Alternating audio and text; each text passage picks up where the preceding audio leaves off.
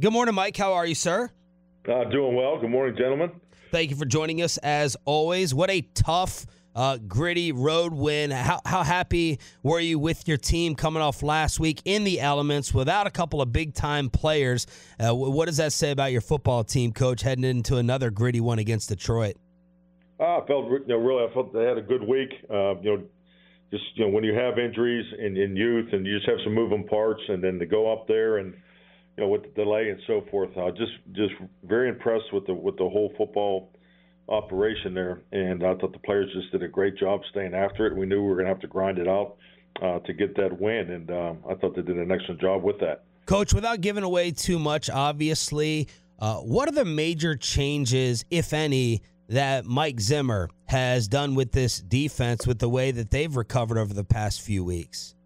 I think the biggest thing is you're seeing it come together. I mean, when you look at our football team, it changes every year, the dynamics of your roster and so forth. And and any time you're dealing with newness, there's a level of transition that you have to go through. And I just think you're seeing the defense is getting connected more and more each week. And then with the challenge of the injuries, there's just more work to do. But I just think you're seeing the confidence and the connection is improving, and our guys are doing a good job staying after it. Coach, I want to ask you just a general football question based upon the fourth down game winner against the Steelers. When teams call timeouts back and forth on each other to get a look, right? Like Pittsburgh wants to see how you're lined up for your play. How often does that change what you do? Or you want to see how they're lined up? What's the give and take there with the information on those situations, and how much it completely alters things when teams are calling those timeouts to get a look? I mean, the reality of it gives you the opportunity to change a call. We call it a Kodak moment. So if we're on defense and we wait till the offensive lines just to see what formation they're thinking, and also there's a gamesmanship to it where you're trying to get them to maybe go to his next call. So and then offensively, you have a call and then it gets down to maybe they run the person, they may change the personnel late, so you may not have the particular matchup, or the pre-snap looks not really what you want, so then you call the timeout on offense. So it's really a Kodak moment, just you're trying to win you're getting information out of the pre-snap process. Mike McCarthy joined us here at 105 through the Fan. It's hard to keep a team together in this league. Detroit is, personnel-wise, as close to being the same team as they were last year. How much different do they look on tape? Do they look like they're as good, as same kind of magic, or they look different on tape? I think so far this year, though, I mean, they're playing at a high level of efficiency. The numbers point to that, but so does the video, and that's what you're really always striving for, just to get that connection, that continuity, and you can see it in their pace of play, through the pre-snap substitutions, clearly in what they're trying to do. Also, you can see that the volume of their scheme is high, so that comes, as a coaching staff, when you feel like you do have the connective components in place, that you can do more with your players, and and also keep the same level of efficiency. So so far it looks like they have that. Last year was a much lower scoring game than I think a lot of us thought it was going to be, the way those two offenses were rolling. But so I think it surprised a lot of people. Do you see another low scoring type game, or do you think this thing opens up a little bit more? Well, I think that's why you play the game. I think the capability of being high scoring is definitely there if you look at the offensive makeups, but also you got to look at the way the defenses are playing and what's going on there too. And I think that the special teams, I know it's an indoor, so I don't think the return game will be, there won't be a lot of reps there. But you got to make sure that the special teams doesn't factor either in the field position. But yeah, I think there's potentially anytime two offenses that come together and you're playing indoors, it definitely has that opportunity. Mike McCarthy every Friday with us here on 105.3 The Fan. And speaking of scoring, Coach, we're going to be rats here, or we're going to rat out some of the guests we've had on this week. At least 3 different Lions people have told us that they expect Dan Campbell to like throw back to an offensive lineman or do some type of trickery to avenge last year. So you can dismiss it, you can flush it, Coach, but if it happens, we would like credit in the post game by name specifically.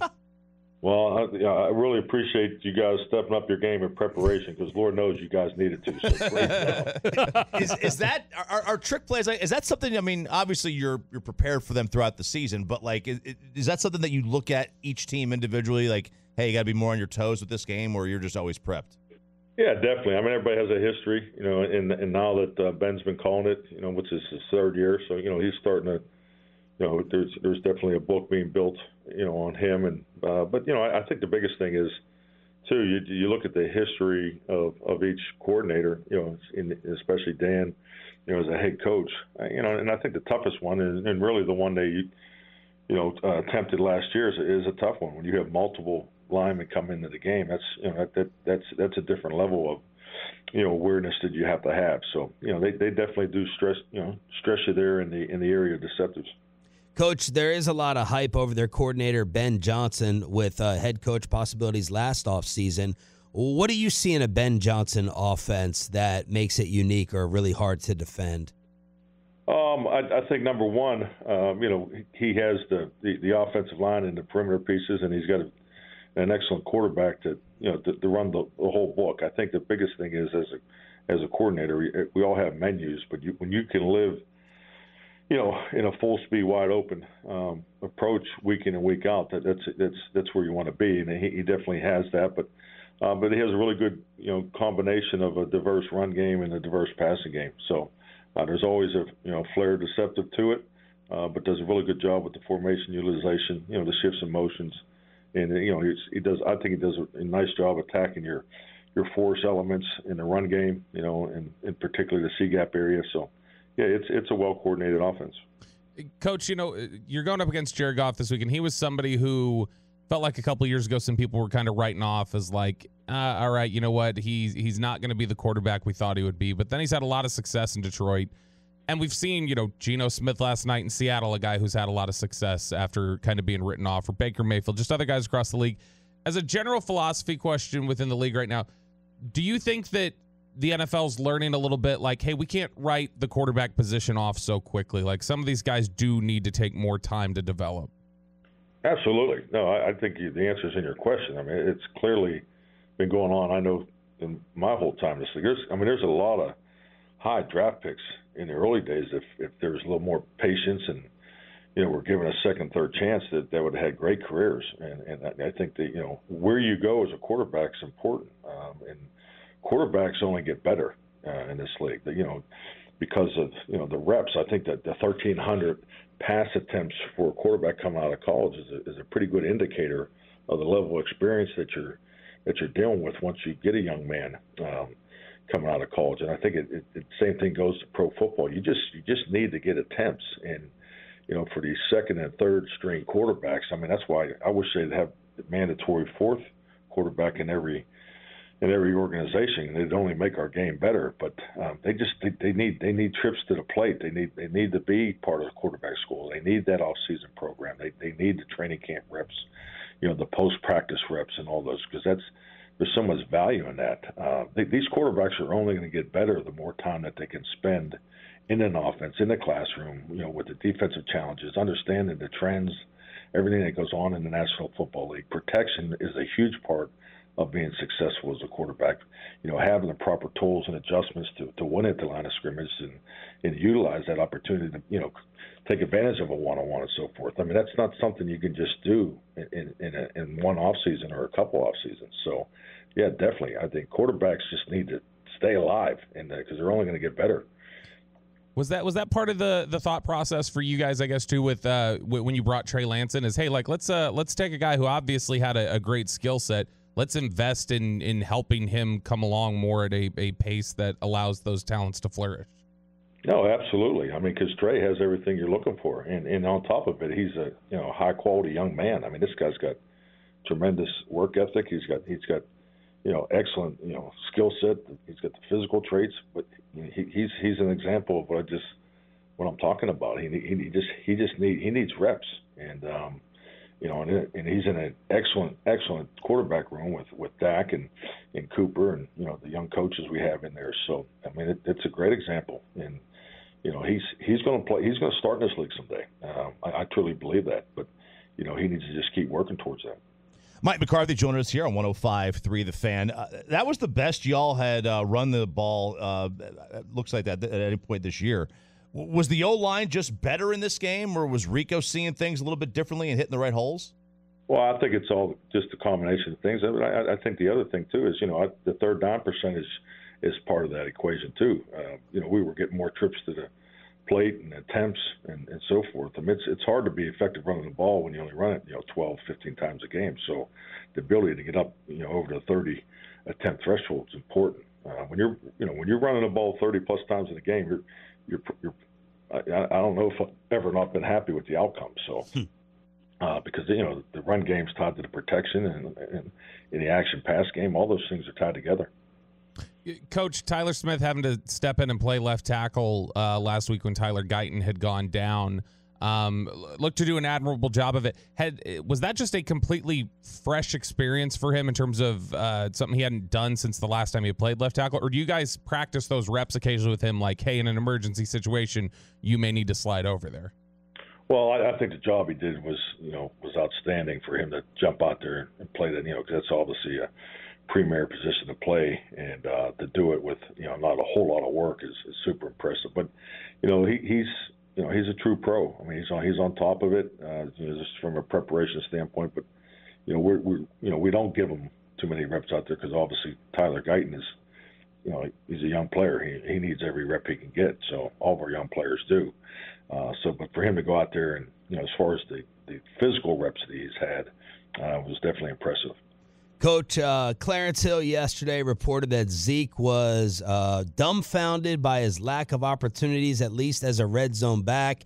How frustrated is Zeke, and what can you say about his lack of usage or just usage rate so far this year?